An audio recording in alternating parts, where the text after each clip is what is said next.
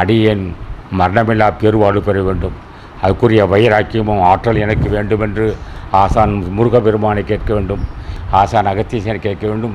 இனி நான் பிறந்து விட்டேன், இனி ஒரு கரு பைக்கு நான் செல்லக்கூடாது, அந்த மாதிரி ஒரு வார்த்தை கேட்கணும். ஆசான் ஞானப்படினேன் இப்படி கேட்டு வந்த மக்களுக்கு தான் ஞானிகள் அருள் செய்வார்கள், இல்லைன்னா அருள் செய்ய மாட்டார்கள். முதலில் அன்னதானம் செய், புலால் உணவு சாப்பிடாதுன்னு சொன்னோம்.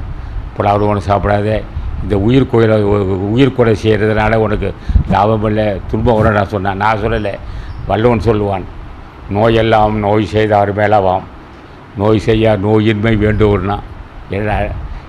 எந்த அளவுக்கு பிற உயிருக்கு துன்பம் செஞ்சியோ அந்த துன்பத்தை நீ தானே மூட்டை கட்டணும்னா. சில பேர் சொல்லுவான், கொன்றா பாவம் திண்டாவதுன்னும்.